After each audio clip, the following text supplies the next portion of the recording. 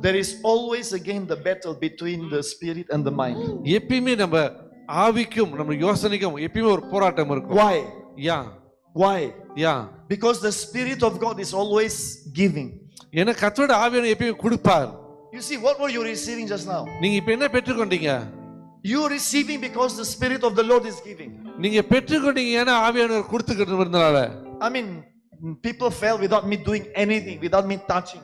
நிறைய பேர் அங்க விழுந்தாங்க கீழே நான் தொடாமலே. So you know it's not me. அப்புறம் உங்களுக்கு தெரியுது நான் இல்ல.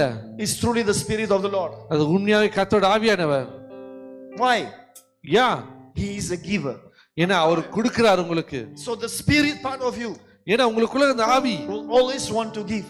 எப்பயுமே கொடுக்கணும்னே தோணும். Then the mind comes and analyzes things. அதுக்கு அப்புறம் யோசனைக்குள்ள வரும் Oh, யோசனையில. but you know we haven't paid this bill.